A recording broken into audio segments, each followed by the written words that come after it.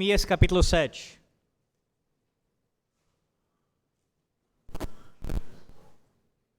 Jeremias capítulo 7. O texto a ser lido será do versículo 30 até o versículo 3 do capítulo 8. E este é o texto que, com a graça de Deus, será exposto nessa manhã. Jeremias 7, do versículo 30 até o capítulo 8, versículo 3.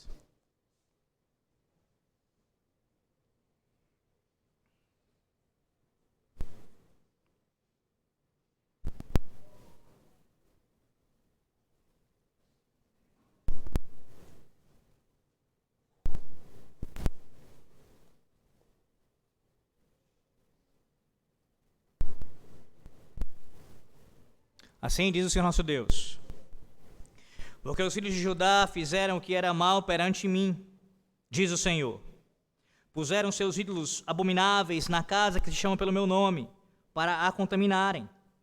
Edificaram os altos de Tofete, que está no vale do filho de Inom, para queimarem a seus filhos e as suas filhas, o que nunca ordenei, nem me passou pela mente. Portanto, eis que virão dias, diz o Senhor, em que já não se chamará Tofete, nem vale do filho de Inom, mas o vale da matança. Os mortos serão enterrados em Tofete, por não haver outro lugar. Os cadáveres deste povo servirão de pasto às aves dos céus e aos animais da terra, e ninguém haverá que os espante. Farei cessar nas cidades de Judá e nas ruas de Jerusalém a voz de folguedo e de alegria, a voz de noivo e a de noiva, porque a terra se tornará em desolação.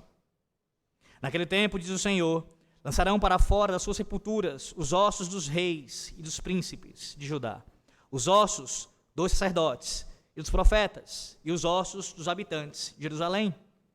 Espalhá-los-ão ao sol e à lua, e a todo o exército do céu, a quem tinham amado, e a quem serviram, e após quem tinham ido, e a quem procuraram, e diante de quem se tinham prostrado. Não serão recolhidos, nem sepultados, serão como esterco sobre a terra. Escolherão antes a morte do que a vida, todos os que restarem desta raça malvada, que ficar nos lugares para onde os dispersei, diz o Senhor dos exércitos. Amém. Meus irmãos, após a queda, que o homem, quando ele se rebelou contra Deus no Jardim do Éden, como nos narra muito bem em Gênesis capítulo 3, ao longo da história da humanidade, inúmeras pessoas se empenharam nos mais diversos tipos de culto falso, desde quando o homem caiu. Você pode observar isso já em Gênesis capítulo 4, quando Caim apresenta um falso culto a Deus. E este culto falso que foi observado ao longo da história, pode ser observado ao longo da história, é especialmente visto através dos sacrifícios praticados pelas pessoas, por povos, com a tentativa de aplacar a ira de alguma suposta divindade. Nós sabemos, por meio da revelação bíblica, que o próprio Deus, ele instituiu o holocausto. Você pode ver isso em Gênesis capítulo 3, quando após, no caso, não o holocausto propriamente dito ali, mas a morte de um animal acontece, e por meio da pele daquele animal, Deus veste Adão e Eva. Então, essa ideia de sacrifício, veja, o próprio Deus foi quem instituiu isso após a queda, para, através deste ato, apontar para a obra do seu Filho, que seria realizada, para a própria necessidade de expiação de pecados que o homem agora passou a ter. Mas perceba, há uma clara distinção entre a instituição divina e o que os povos pagãos fizeram ao longo das eras. Para começar, que eles fizeram isso para os seus falsos deuses e das mais diversas formas abomináveis diante, ou melhor dizendo, no meio das suas culturas. Contudo, o próprio povo de Deus, quem Deus separou para assim lhe servir, também se afastou da sua palavra muitas vezes. E à semelhança dos povos pagãos, praticou falsos cultos. Nós temos ouvido sobre isso vez após vez aqui em Jeremias. Como o povo da aliança, mesmo tendo o conhecimento da revelação divina, estando em pacto com Deus, praticou falsos cultos na terra que o Senhor Deus tinha dado a eles.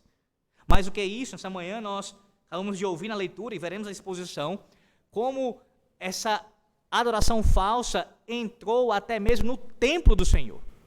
Dentro do templo do Senhor. E coisas absurdas, abomináveis, aconteceram por influência dessa cultura pagã. Justificativa? Tentativa de agradar ao seu Deus. Busca por redenção. Perceba que isso, mesmo entre os povos pagãos, é algo entranhado. É claro que de forma distorcida, como eu pontuei já, mas há uma necessidade latente no homem de apresentar este culto a uma divindade, nesse caso falsas divindades, e uma busca incessante por redenção. Por que sacrifícios? Por que apresentar animais e outras oferendas para as suas falsas divindades? Qual o objetivo? Busca por redenção. Busca pelo favor divino, busca por aceitação por parte das suas falsas divindades. Mas veja, cada uma dessas tentativas só expõe claramente o quão estes estão afastados da presença do Senhor Deus. O nosso breve catecismo, na pergunta 21, nos ensina claramente sobre isso. Diz assim: quem é o redentor dos eleitos de Deus? Resposta: o único redentor dos eleitos de Deus é o Senhor Jesus Cristo, que, sendo o eterno Filho de Deus, se fez homem, e assim foi e continua a ser Deus e homem em duas naturezas distintas, e uma só pessoa para sempre. Buscar a redenção, meus irmãos, perdão de pecados, a parte de Cristo, é amontoar juízo para si. É algo que é ineficaz, é algo que não vai trazer nenhum resultado benéfico. Pelo contrário, aqueles que assim o fazem, inclusive dentro do povo de Deus, que tentam aplacar a ira divina, mesmo sendo a ira do Deus verdadeiro, sem ser por meio de Cristo, só fazem amontoar ira, juízo para si. Por quê? Porque o texto da manhã nos ensina claramente que toda tentativa de expiação de pecados que não seja através do sangue do Filho de Deus conduz à condenação eterna. Vou repetir. Do versículo 30 do capítulo 7 ao versículo 3 do capítulo 8, nós aprendemos que toda tentativa de expiação de pecados que não seja através do sangue do Filho de Deus conduz à condenação eterna. Veja o texto é claramente dividido aqui. Observe os versículos 30 e 31, você tem aqui a denúncia com relação aos graves pecados, abomináveis pecados cometidos pelo povo. Versículos 30 e 31, mais uma vez pecados sendo mencionados aqui, destacados e condenados por Deus através do seu profeta. Pecados de falso culto, de idolatria, de sacrifícios abomináveis. Do 32 em diante, até o versículo 3 do capítulo 8, nós veremos a sentença divina. Como Deus se pronuncia contra estes pecados e assim os condena e pronuncia o seu juízo novamente. Então, 30 e 31, essa denúncia, essa oposição divina aos pecados cometidos. Do 32 em diante, a condenação destes pecados. Veja novamente o texto, versículo 30. Diz assim a palavra do Senhor: porque os filhos de Judá fizeram o que era mal perante mim, diz o Senhor. Puseram seus ídolos abomináveis na casa que se chama pelo meu nome, para a contaminarem. Meus irmãos, no final do capítulo 7, até o começo do capítulo 8, é uma passagem que nós podemos assim descrever como horrível. Sim, no sentido que descreve tanto atos horríveis, bem como também nós temos imagens horríveis aqui sendo descritas para nós. Alguns diriam que esse é um dos pontos mais baixos do livro de Jeremias. Perceba pela forma como começa essa sessão aqui, versículo 30. Eles pegaram ídolos feitos de pedra e madeira e colocaram no templo do Senhor Deus. E havia muitos rituais associados com esses objetos. Rituais ligados à prostituição, bem como também outros ritos de fertilidade. Perceba como esse ato do povo aqui, de pegar seus falsos deuses e levar, ou no caso trazer para o próprio templo do Senhor, expõe a profunda degradação que eles tinham chegado.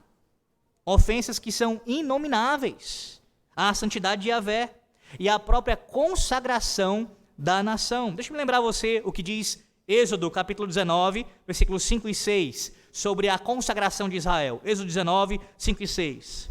Agora, pois, se diligentemente ouvirdes a minha voz e guardardes a minha aliança, então sereis a minha propriedade peculiar dentre todos os povos, porque toda a terra é minha. Vós me sereis reis de sacerdotes e nação santa. São estas as palavras que falarás aos filhos de Israel. O povo foi chamado por Deus e consagrado pelo próprio Deus para lhe ser santo, servir exclusivamente ao Senhor. Perceba, não apenas falso culto a falsos deuses, mas pegaram esses deuses, falsos deuses, e trouxeram para o templo, para ali prestar culto, juntamente com Yahvé. O raciocínio seria mais ou menos o seguinte: ora, se um Deus é bom, quanto mais dois? 3 talvez seja melhor ainda. Eles estavam, por assim dizer, apostando dos dois lados. Estavam colocando sua confiança no Deus de Israel, mas ao mesmo tempo depositavam confiança em Baal, na rainha do céu e em qualquer outro tipo de falsa divindade que eles pudessem pensar. Meus irmãos, naturalmente, confiar em Deus e também em qualquer outro que não é Deus, de modo algum, é confiar no Deus único e verdadeiro. Pelo contrário, o Evangelho de Cristo é sobre Cristo e nada mais. Começar a acrescentar outra coisa ao Evangelho, a adoração divina, não é melhorá-la, pelo contrário, é destruí-la. Você não pode, nós não podemos caminhar por duas estradas. Não tem como você pegar um caminho, no caso a vereda antiga, e um outro caminho que leva para longe de Deus ao mesmo tempo. Ou nós seguimos o caminho da vereda antiga, da verdade divina, ou nós tomamos o caminho da perdição. Como o próprio Cristo ensinou quando falou das riquezas, do dinheiro. Ninguém pode servir a 2 senhores. Mateus 6,24. Quando levou os seus ídolos para o templo, o povo de Judá o estava desonrando e profanando o templo, tornando-o totalmente inadequado para a adoração a Deus. O templo, meus irmãos, se tornou inabitável, onde Deus manifestava a sua glória, a sua presença de forma especial. Ele já não mais o faria. Sim, adorar deuses a mais não melhora a adoração. Pelo contrário, apenas torna a adoração verdadeira impossível. Você ouviu isso já na leitura de 2 Reis, capítulo 23, na nossa chamada adoração aqui, neste culto pela manhã.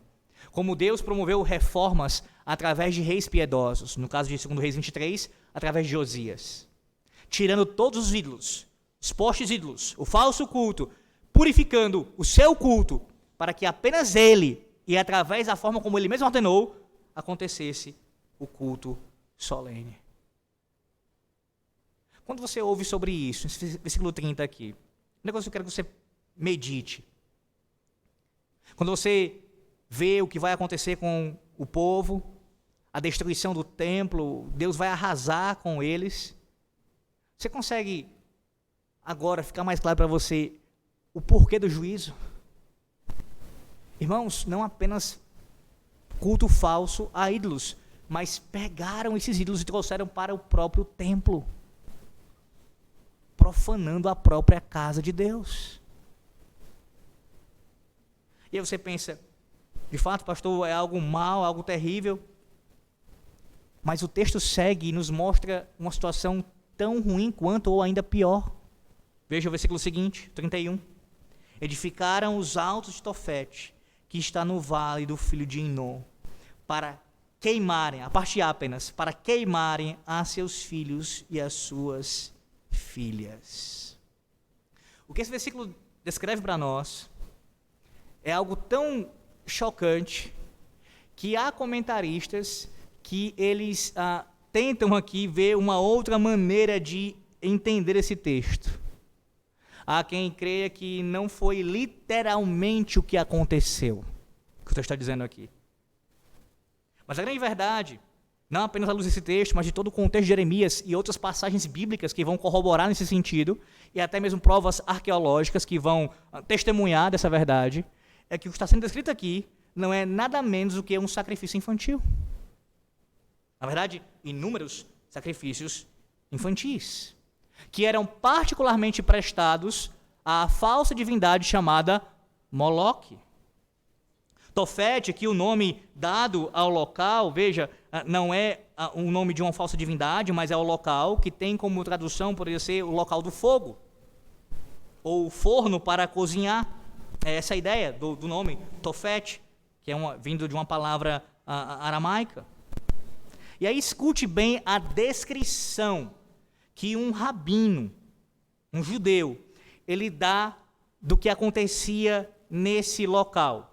Ele comentando, David Kint, o nome dele, ele comentando, 2 Reis 23, texto lido nessa manhã, versículo 10, ele diz o seguinte: a imagem de Moloque era de bronze e oco, e ficava localizada fora de Jerusalém, em um santuário com 7 câmaras, separadas por portas com grade. Se o adorador oferecesse flor de farinha, era admitido à primeira câmara.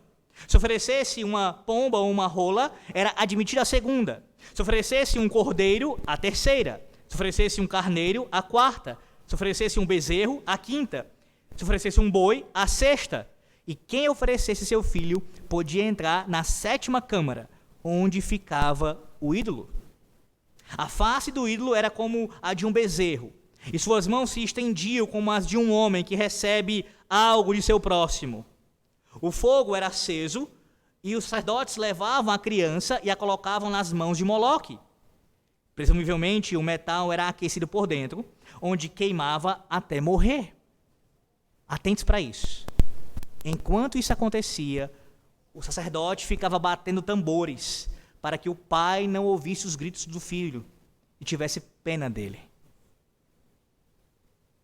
Calvino, comentando esse texto, diz o seguinte: era uma loucura horrível e espantosa que os pais não poupassem seus próprios filhos, mas que os jogassem ao fogo.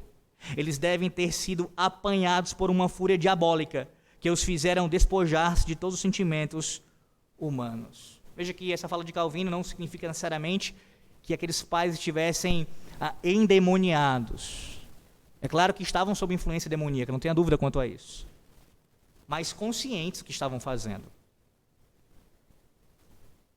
Como é que Deus fala sobre isso? O que ele fala sobre isso? A parte B, do 31. O que nunca ordenei, nem me passou pela mente. A forma como se está aqui colocado, meus irmãos, alguns entendem que o que Deus está fazendo aqui é respondendo a um possível argumento que estava presente dentro do povo, especialmente entre a liderança. Como assim? Havia quem argumentasse a favor destes sacrifícios usando a própria palavra de Deus. Como se tivesse respaldo na revelação bíblica para o que estava acontecendo. Alguns estudiosos ressaltam que os sacerdotes de Tofete podem ter usado a própria Torá para justificar o sacrifício de crianças. Como, por exemplo, o texto de Êxodo 22, versículo 29 e versículo 30, que diz assim: o primogênito dos teus filhos me darás. Darás. Mas veja, o texto de forma nenhuma fala sobre isso. O contexto de Êxodo, sabe muito bem, tem a ver com a consagração dos filhos para o Senhor. A forma como Deus diz aqui, pela mente e coração, também ela expressa o quão enfaticamente Deus está abominando aquele ato. A ideia é essa mesmo. Nunca, jamais houve qualquer inclinação divina para a ordenança daquilo ou para a sua autorização. Deus jamais requereu tal ato. Jamais. Observe também que a atitude daqueles pais era uma atitude religiosa, era um ato religioso. Eles estavam matando seus filhos com a intenção de apresentá-los em culto à sua falsa divindade. E esse, meus irmãos, é um tema recorrente em Jeremias. A tentativa de servir a falsos deuses, se entregar em devoção a eles, só expõe cada vez mais o quão duros são esses deuses, falsos deuses. O Deus verdadeiro é o único Deus que de fato existe e ama o seu povo. Outros deuses, os falsos deuses, podem até prometer salvar a sua alma. Mas, como a gente vê aqui, no final das contas, eles arrancam o seu coração. É o que eles fazem.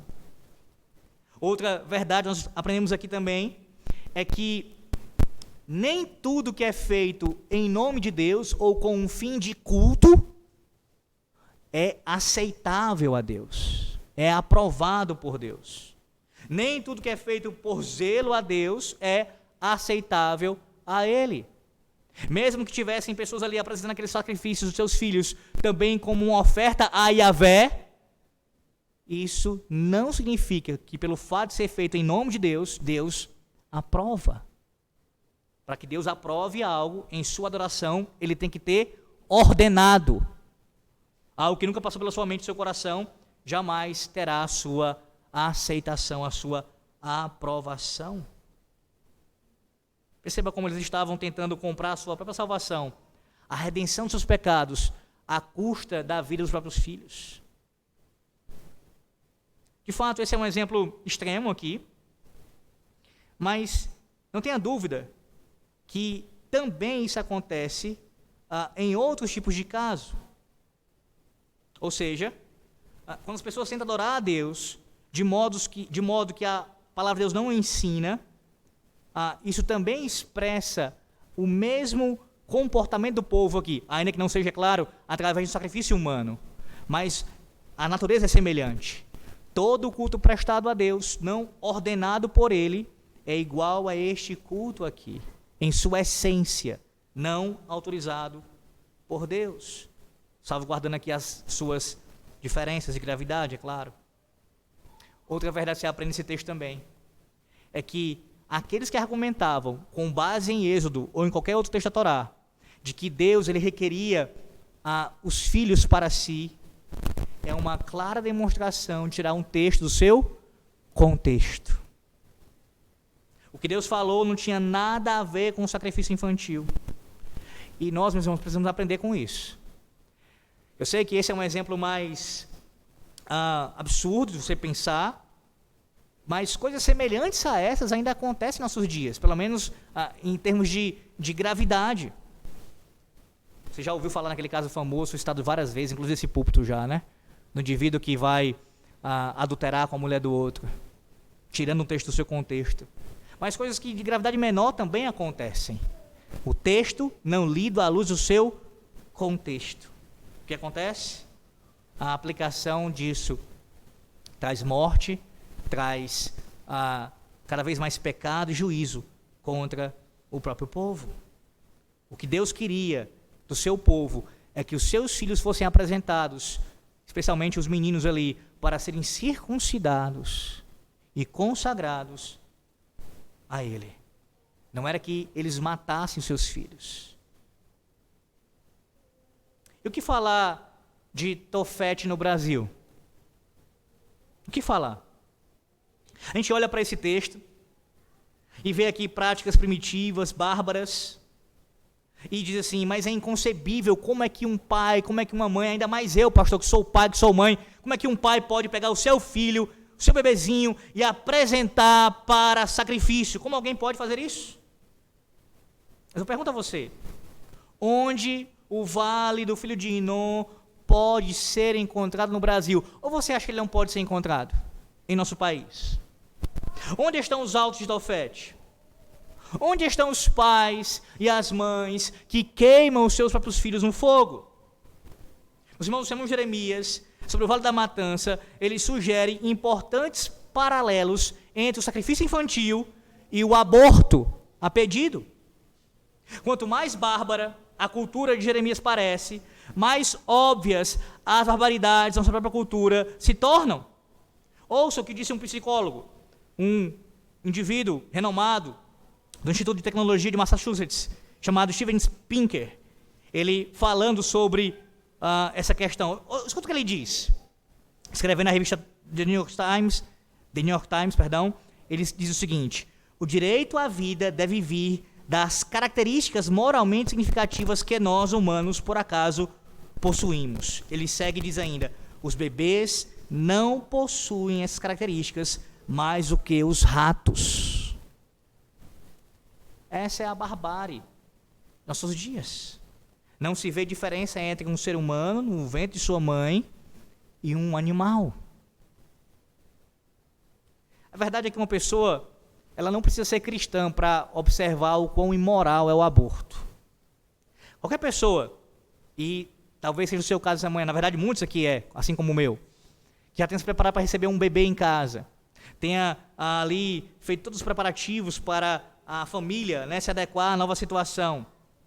Você, mulher, que já teve a experiência de carregar um filho em seu ventre, que já teve a oportunidade de observar os vídeos, ultrassons da criança no útero, sabe o quanto ali já existe uma vida dentro de você. Aqui, experimentalmente falando. A palavra de Deus fala sobre isso. Nós não temos nenhuma dúvida quanto a isso. Quando há concepção, já há vida. Mas, apelando agora para o seu sentido, para a sua experiência, você sabe como é isso. E não precisa que ninguém lhe diga.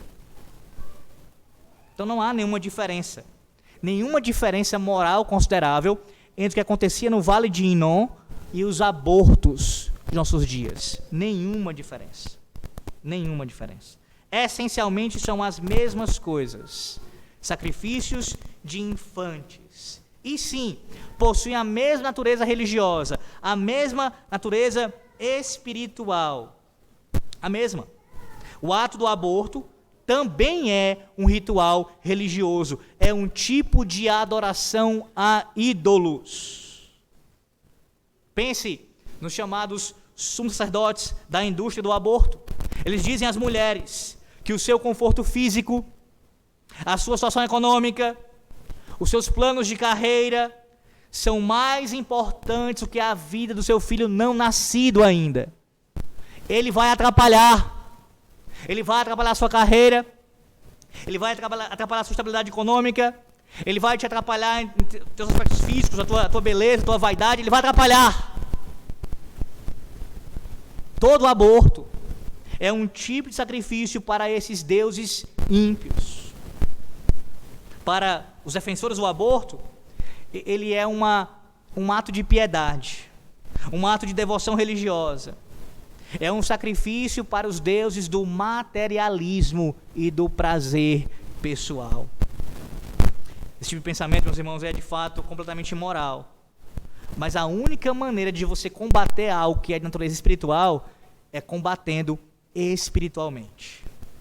Romanos 1:28, Paulo diz o seguinte: e por haverem desprezado o conhecimento de Deus, o próprio Deus os entregou a uma disposição mental reprovável para praticarem coisas inconvenientes. O mal do aborto deve ser atacado em termos espirituais. Veja, minha fala aqui não vai contra, de forma nenhuma, nós temos ações políticas contrárias ao aborto. Na verdade, nós temos que orar por isso mesmo, para que leis sejam aprovadas contra essa prática hedionda. Mas antes de qualquer outra coisa, nós precisamos combater isso espiritualmente. Às vezes eu vejo pastores se pronunciando sobre isso publicamente, e alguns, inclusive bastante famosos, dizem assim, começa esse argumento: olha, eu estou argumentando aqui, mas não vou usar a Bíblia não, viu? Como não? Olha, eu vou argumentar só apenas em questões biológicas, sociais, a saúde da mulher, da criança. Não! Antes de outra coisa, você precisa argumentar à luz da palavra de Deus. Por que assassinato é pecado? Por que assassinato é uma coisa terrível? A sua primeira resposta a isso não deve ser porque eu tiro a vida de outra pessoa de forma injusta. Sim, de fato, isso é uma verdade. Mas a primeira razão, porque é hediondo, porque é pecado, porque Deus abomina, porque é uma ofensa contra Deus. Você não pode assassinar, primeiro motivo, você não pode cometer assassinato, porque isso é uma afronta à própria imagem de Deus. Deus nos criou a sua imagem e semelhança. Tirar a vida de outro injustamente é uma afronta contra Deus. Então o aborto é algo terrível, em primeiro lugar, porque afronta Deus. Afronta Deus. Sim, em segundo lugar, porque isso vai contra a vida da criança e assim por diante. Mas em primeiro lugar, porque afronta Deus. Esse é o argumento que a gente tem que usar primordialmente em debates públicos, políticos, em qualquer questão. Deus é ofendido. Mas a gente tira Deus do debate, não é verdade? Para tentar agradar ao ímpio, achando que usando somente outros argumentos a gente vai conseguir conquistar. O ataque tem que ser no cerne da questão. É espiritual. Há uma devoção religiosa por trás, há falsos deuses. E para isso ser destruído, você precisa atacar espiritualmente. Usar as armas que o próprio Deus nos deu. Para isso, a sua palavra, a oração, o evangelho, o amor de Cristo. Mas veja, há mais um lugar também. Nós vemos uma conexão entre o filho de Inom, ou melhor, o vale do filho de Inom, e a cultura contemporânea. Onde, pastor? O nosso próprio lar. Nós, pais cristãos, devemos considerar se há algo que somos culpados dos pecados do vale do filho de Inom. Sim, nós somos pais cristãos. O aborto ele não é a única forma de sacrifício infantil em nossa cultura. Muitos pais são culpados de formas menores de sacrifício infantil.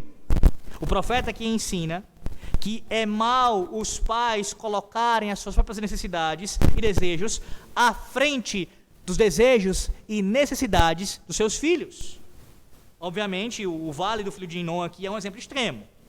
Mas sempre que uma carreira profissional é posta à frente de uma família, sempre que a raiva impede o exercício da disciplina amorosa, sempre que as crianças têm que se adaptar aos direitos dos seus pais, sempre, os pais agem em semelhança ao que os pais aqui agiram, em sua essência. Colocando em outras palavras, por mais que você jamais venha a cometer tal ato de atrocidade, de apresentar seu filho para um sacrifício, literalmente falando, você e eu podemos sim, e muitas vezes o fazemos, sacrificamos nossos filhos de outras formas. De outras formas. Entende uma vez por todas? Quando um homem se compromete com uma moça, com uma mulher, para se casar com ela, na verdade, deixa eu colocar melhor. Quando um homem se compromete com uma moça, o seu interesse é visando sempre o matrimônio. Deveria ser, pelo menos. Nunca é para passar o tempo, para ver no que vai dar. Me comprometi com ela, eu vou, meu interesse é esse, a não ser que aconteça alguma coisa extraordinária do caminho, eu vou me casar com ela. Quando eles se casam, um dos propósitos do casamento é ter filhos. E quando os filhos vêm, veja, depois de você, da sua relação com o Senhor Deus, e você, homem, com a sua esposa, vêm os seus filhos. Então, o seu trabalho, os seus planos, que sim, podem ser bons, mas eles têm que se adequar à sua família.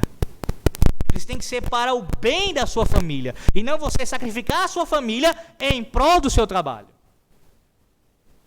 Nós ouvimos muitos casos sobre isso em termos de ministério pastoral, quando pastores sacrificam a própria família em prol do ministério. Mas também acontece com os homens em outras áreas. Alegando sempre o quê? Não, eu estou buscando melhor da minha família, eu estou estudando mais, trabalhando mais, buscando mais dinheiro para poder cuidar melhor da minha família. Isso é desculpa esfarrapada. Uma coisa é algo momentâneo, num tempo curto você se preparar melhor e ali poder crescer mais financeiramente e poder dar uma assistência melhor à sua família. Isso é compreensível. Outra coisa é um homem passar anos a fio nessa vida. Anos a fio, vivendo assim, 5, 10, 15 anos, dizendo sempre a mesma coisa. Eu trabalho muito, eu mal vejo os meus filhos, eu vejo eles no final de semana e quando vejo, porque eu estou fazendo isso para que eles venham a ter uma vida melhor financeiramente falando. Não é isso que a Bíblia quer de nós. Mais do que uma condição financeira melhor que nossos filhos possam ter, um conforto maior em nossa casa, mais brinquedos, mais estudos, enfim, mais do que isso, é a nossa presença, a nossa companhia, o nosso ensino diário para com eles. Os irmãos falaram do pecado é a morte, vocês têm ouvido isso frequentemente em Jeremias. E quais são as consequências do sacrifício infantil, do aborto e desse sacrifício infantil aqui? Ora, o salário do pecado sempre é a morte, ainda mais no contexto de infanticídio. Todo o restante dessa passagem aqui, ele tem cheiro de morte. O vale do filho de Inom aqui, ele vai se tornar, como diz o texto, o vale da matança. O povo de Judá seria morto no mesmo lugar que matou os seus filhos. Há um comentarista que diz o seguinte: o santuário deles se tornaria o cemitério deles. O vale do filho de Inom se tornaria o vale da matança. Ora, eles tinham escolhido o quê? A morte. E Deus iria dar a eles o que eles escolheram. Versículo 32, veja. 32. Portanto, eis que virão dias, diz o Senhor, em que já não se chamará Tofete, nem vale do filho de Inom, mas o vale da matança. Os mortos serão enterrados em Tofete, por não haver outro lugar. Jeremias agora profetiza uma catástrofe, que encherá o vale ali com os mortos. Ora, o que vai acontecer quando não houver mais espaço para enterrar os mortos? Versículo seguinte, veja. Os cadáveres deste povo servirão de pasto às aves dos céus e aos animais da terra, e ninguém haverá que os espante. Observe como o profeta aqui ele está falando de um tipo de morte que é sem dignidade.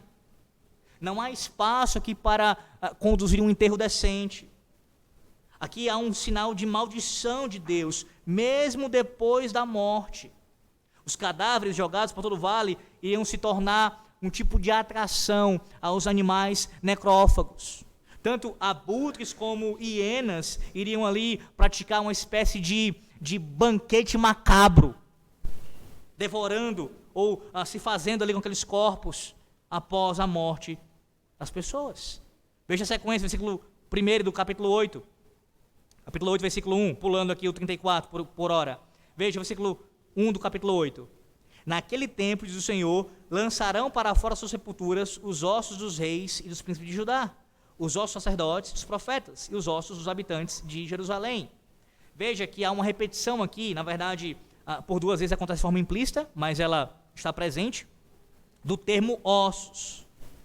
Tanto os ossos dos reis como dos príncipes, tem duas aqui menções, uma explícita e outra implícita, sacerdotes e profetas, duas menções, e também do povo de Jerusalém. Por que essa menção quíntupla aqui? Ora, mais uma vez, é para lançar esse ar fúnebre na passagem. Deixar esse cheiro de morte no ar mesmo. Há uma ênfase aqui. O que ia acontecer com eles? Ladrões iriam também saquear suas sepulturas, iam se aproveitar daquela situação. Mais uma demonstração de juízo contra eles. Mesmo depois de mortos, passariam por isso. A Bíblia nos mostra que é um tipo de humilhação quando um cadáver, alguém já morreu, o seu cadáver está ali sepultado, ele é mexido. Mexem nele. A violação dos mortos. Era um insulto, meus irmãos, terrível isso. E Deus suscita isso como uma maldição da aliança. Em outras palavras, vocês não apenas sofrerão juízo, no sentido de que serão mortos, mas mesmo depois de mortos, ainda terão seus cadáveres violados, como um sinal também de juízo, de minha parte, contra vocês. Perceba também que Deus não mostra nenhum tipo de favoritismo. Tanto os reis, como os sacerdotes, profetas e o povo seria assim violado. A classe política, religiosa e toda a população sofreria a mesma coisa. Os restos mortais serão todos perturbados, desenterrados por ladrões de sepultura. Versículo 2 agora, veja. Diz que eles serão espalhados ao sol, à lua, a todo o exército do céu, a quem tinham amado e a quem serviram. E após quem tinham ido, e a quem procuraram, e diante de quem se tinham prostrado. Não serão recolhidos nem sepultados, serão como estercos sobre a terra. E aqui há um tom irônico nessa passagem. Por quê? Porque os seus corpos seriam espalhados diante daqueles que eles tinham cultuado. Eles adoraram ao sol, adoraram a lua, as estrelas, e essas entidades, que eles assim tratavam como entidades, iriam ficar expostos diante deles, os seus corpos. Além disso, note também os termos usados aqui. Observe. Na verdade, são vários. Primeiro é amar. Ele diz assim, a todos os exércitos do céu, a quem tinham amado. Também há uma menção quíntupla aqui. Amado. Ou seja, descreve aqui um comportamento tanto de infidelidade, bem como ilícito para com Deus. Eles deixaram de amar ao Senhor e passaram a amar os seus falsos deuses. Servir também. Aponta aqui para a adoração e para a obediência que eles tinham prestado ao seu falso Deus. Ir após significa seguir, veja, indicando o estilo de vida de seus devotos. Procurar, consultar. Aqui especialmente é uma menção a eles buscarem falsos profetas para consultarem esses homens acerca da vontade das suas falsas divindades. E também prostrados. Deus diz que eles fizeram tudo isso, também se prostraram, ou seja, aqui evidencia o seu comprometimento que era ilimitado de dedicação a essas falsas divindades. Ora, a punição deles era adequada ao crime deles. Vocês adoraram a esses astros. Pois bem, vocês irão ser condenados, mortos, e seus corpos serão expostos diante deles, para a vergonha vossa. Além disso, veja a outra ironia no texto. Qual? Aqueles a quem eles tinham adorado não poderiam fazer nada diante daqueles corpos expostos. O sol, a lua, o exército dos céus, ou seja, as estrelas, ninguém poderia mover um músculo, nada, para poder ressuscitá-los, ajudá-los.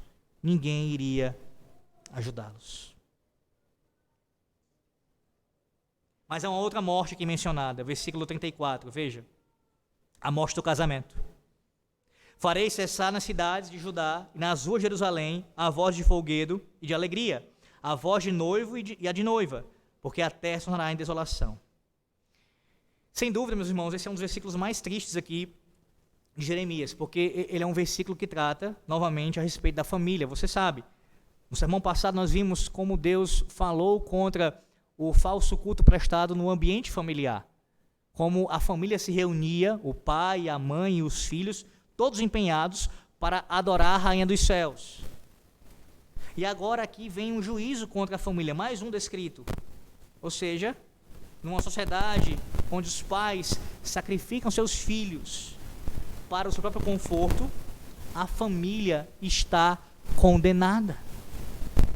O infanticídio, o aborto, a má educação dos filhos e o divórcio, tudo isso destrói toda a confiança na instituição do casamento.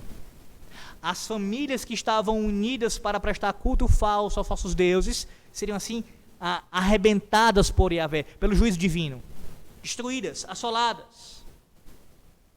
Colocando de outra maneira, os que se uniram contra Yahvé seriam separados, destruídos. E não apenas os que já estavam casados, mas até mesmo com relação a um novo casamento, isso não aconteceria naqueles dias. Você olha tudo isso e pensa assim, pastor,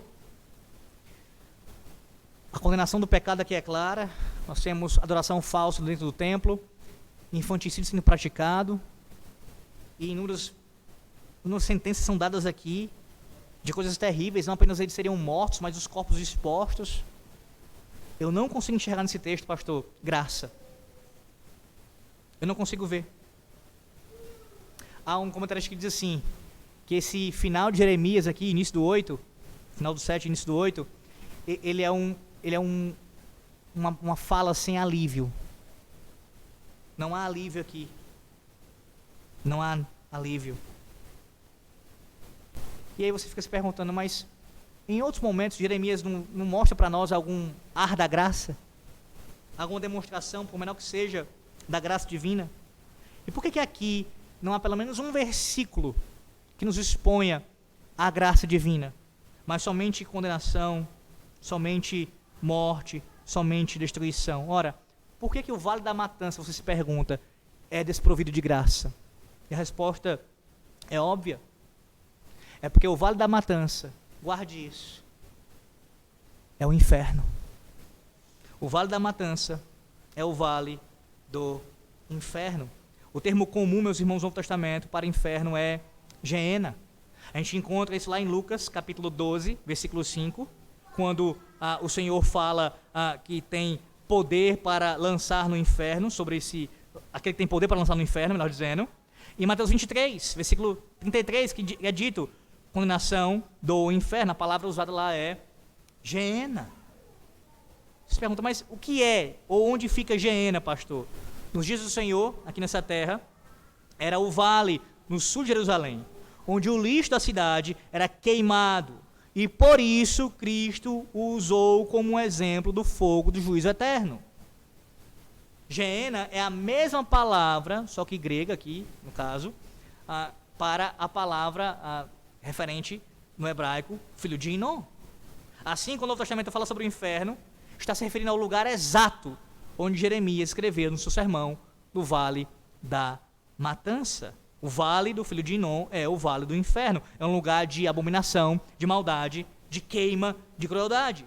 É um lugar de morte viva. Sim, o Vale da Matança é o mesmo Geena descrito por Jesus no Novo Testamento. Um tipo do inferno. Sobre o inferno, dele, propriamente dito, o Dr. Joel Bick escreve o seguinte, escute bem. A morte eterna é o inferno. A solene e a apavorante realidade que o livro de Apocalipse chama de o lago que arde com fogo e enxofre, a segunda morte. O inferno é a fossa do universo. É aquele incinerador cósmico, apavorante, no qual um dia Deus reunirá o lixo do mundo. Aquele lugar que está sempre sob a ira inflexível de Deus, onde o verme da memória não morre, onde estará o falso profeta, onde o dragão e a besta estarão também, e onde estarão todos aqueles que morrerem em seu pecado. O inferno é a lógica por trás do pecado. É a resposta divina à impenitência persistente e à desobediência final. A corrupção é a precursora da perdição. O inferno é aquilo que Deus pensa sobre o pecado impenitente e a depravação total. Ou seja, não há graça no Vale da Matança, porque não há graça no inferno. Não há. Não há expiação no inferno. Não há redenção de pecados no inferno. Não há pregação do evangelho no inferno. Não há sacramentos no inferno. No inferno, só há tormento sem fim, para onde Deus baniu aqueles que decidiriam viver contra Ele. Ouvindo isso essa manhã, eu, pela palavra de Deus, chamo você a atenção. Se você, por mais que já tenha anos de professou a sua fé, ainda não se arrependeu dos seus pecados e não confessou a Cristo em seu coração como seu Senhor e Salvador, de fato, não há nenhum momento a perder. Aqui nesse texto, meus irmãos, o profeta, ele abre as cortinas do inferno nos nossos olhos. E é suficiente para revelar o quão terrível é isso. Aqueles que continuam como inimigos de Cristo provarão exatamente a condenação descrita aqui pelo Senhor Deus.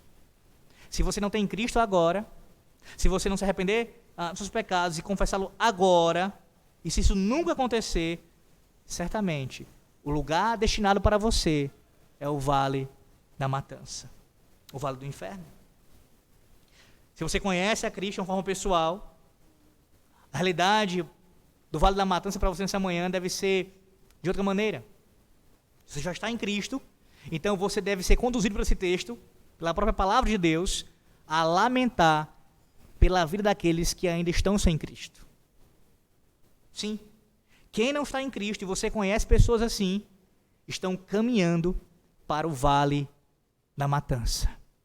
Estão indo, perdidos seus pecados, para a condenação eterna. É bem verdade que nós nos enfurecemos, ficamos irados com o pecado da nação, os pecados da nação, das autoridades, de pessoas ímpias, a gente se irrita com isso. E há um lugar para você se irar contra o pecado, sem dúvida.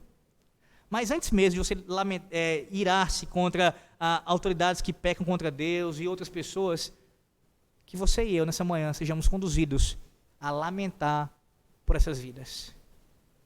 Quantas pessoas em nosso país, mulheres que praticaram e ainda defendem o aborto. Quantos políticos que fizeram propaganda disso, que fazem isso, que promovem esse tipo de coisa. Não apenas o aborto, o infanticídio, mas outros pecados também. A nossa atitude primária deveria ser essa, de lamentar por essas vidas. De chorar por elas, de fato. E interceder pela sua conversão. Nossa atitude deveria ser o versículo 29. Volte um pouco. 29. Corte os seus cabelos consagrados, ó Jerusalém, e ponte a prantear sobre os altos desnudos, porque já o Senhor rejeitou e desamparou a geração, objeto do seu furor. Deveria ser essa a nossa atitude. Lamentarmos pelos pecados de nossa nação. Não apenas de aborto, mas de todas as demais áreas também. Ao lamentarmos os pecados, nós também testemunhamos de Cristo, do seu Evangelho. Daquele que fez o único sacrifício para o nosso pecado. Veja, não há necessidade alguma de você e eu, e louvado seja Deus por isso, de apresentarmos a Deus, nossos filhos, para sacrifício. De forma nenhuma. E o próprio Deus nos ensinou sobre isso já. Lá atrás, lá no Monte Moriá, onde Abraão foi para sacrificar o seu filho. Sim, ele estava prestes a realizar o tipo de sacrifício que as pessoas realizavam no vale do filho de Inom. Mas Deus disse em Gênesis 22, 12, não estendas a mão sobre o rapaz e nada lhe faças. O próprio Deus havia providenciado o cordeiro. Sim, Deus havia ordenado a Abraão que ele oferecesse seu filho a ele, mas como uma prova da fé do patriarca. Não porque Deus queria de fato que o sangue dele fosse derramado, o sangue de Isaac. Deus nunca ordenou o sacrifício de crianças em Israel. Nunca. Nem isso nunca passou pela sua mente. O profeta Miqueias perguntou, darei o meu primogênito pela minha transgressão? O fruto do meu corpo pelo pecado da minha alma? A resposta sempre foi, não. Não. Nossos filhos pertencem ao Senhor. Nossos filhos serem consagrados a Ele. Nossas vidas também. Mas Deus não requer o sangue deles para a expiação dos nossos pecados. O próprio Deus providenciou um cordeiro para nós. Assim como Ele fez para com Abraão, Ele fez conosco. E quem foi? O seu filho. O seu filho. E aí veja, não é que Deus, como os pais no vale do filho de Inom, Deus pegou o seu filho arrastado e o levou contra sua vontade para sacrificá-lo, de forma nenhuma. O próprio Filho de Deus voluntariamente se entregou.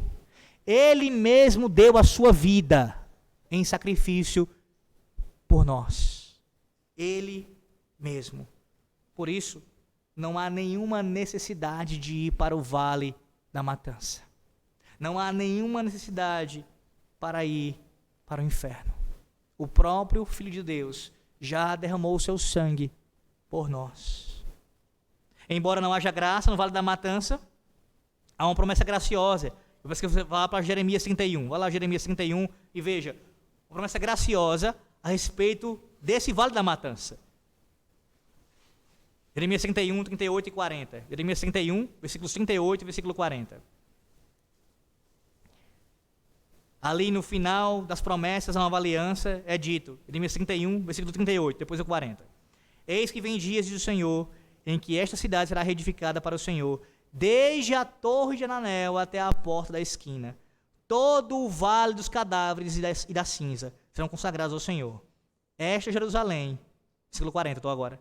Esta Jerusalém jamais será desarraigada ou destruída. O vale mencionado aqui, meus irmãos, essa promessa, é o vale do filho de Inom. Anteriormente cheio de cadáveres, de corpos, de cinza, sacrifício infantil. Mas aqui prometido como sendo restaurado. Você sabe, não o inferno, em última instância. Isso não vai acontecer. Aqueles que vão para lá não retornam e assim permanecerão para lá todo sempre. Mas nessa terra haverá novos céus e nova terra. Em toda a criação de Deus, tudo isso será restaurado para a sua glória. Aquele local que ainda existe lá em Jerusalém, que foi um local de terríveis abominações, todo ele será restaurado para a glória do Senhor Deus. Apocalipse 21, versículo 4 diz: e a morte já não existirá, já não haverá luto, nem pranto, nem dor, porque as primeiras coisas passaram. De fato, existe o inferno. E diferente do que alguns têm pregado em nossos dias, trazendo uma velha heresia para o nosso tempo, ele é eterno. A condenação, ela é eterna. Mas não há inferno na cidade eterna de Deus. Então, essa manhã você pensa assim: pastor, eu tenho um pecado contra o Senhor, ofereci meus filhos dessa forma, sacrificando-os. Ou então talvez você diga: pastor, eu já fui alguém que praticou literalmente o sacrifício de crianças, eu já fui alguém que abortou. Ou então no caso de um homem que consentiu no aborto. O que eu posso ser diferente dessas pessoas aqui? Qual é a minha diferença entre a minha vida e esses pais que fizeram isso? A diferença é que se você está em Cristo, se você se arrependeu de fato desses pecados, você já foi perdoado por Ele. Você não coloca a sua tentativa de expiação de forma nenhuma em uma outra coisa que não seja a pessoa do Redentor. Porque toda tentativa, toda, sem exceção, de expiação de pecados, que não seja por meio de Cristo, o Filho de Deus, conduz à condenação eterna. Por quê? Porque somente Ele, como diz o catecismo, é o Redentor dos filhos de Deus, dos eleitos de Deus, somente Cristo. Deus os abençoe nessa manhã, fazendo descansar nessa verdade e sabendo que o Filho de Deus já derramou seu sangue por você. Amém. Oremos. Senhor nosso Deus, te louvamos por tua palavra. Te agradecemos, ó Deus. Porque nós, em alguma medida, não somos diferentes desses pais aqui, que pecaram contra ti gravemente. Te louvamos, ó Deus, por nossos filhos, nossas famílias, pela graça do Senhor em nos conceder essas bênçãos, mas sabemos que não somos merecedores delas. Sabemos que o Senhor, por tua graça, nos concede e só podemos administrá-las também por tua graça. Nos concede, ó Deus, sabedoria para isso. Que a gente possa, Deus, glorificar o teu nome em nossos casamentos, na criação dos nossos filhos, na vida como igreja, e que a gente descanse, ó Deus, somente na redenção que o próprio Cristo propiciou para nós. Que não haja, Senhor Deus, busca nenhuma de nossa parte por tentar aplacar a tua ira, por tentar ir atrás de redenção fora de Cristo. Assim, ó Deus, nos conduz para vivermos eternamente contigo, sabendo que não provaremos a condenação, porque Cristo experimentou em nosso lugar. Em nome dele nós oramos, em nome do Salvador, do Senhor Jesus Cristo. Amém.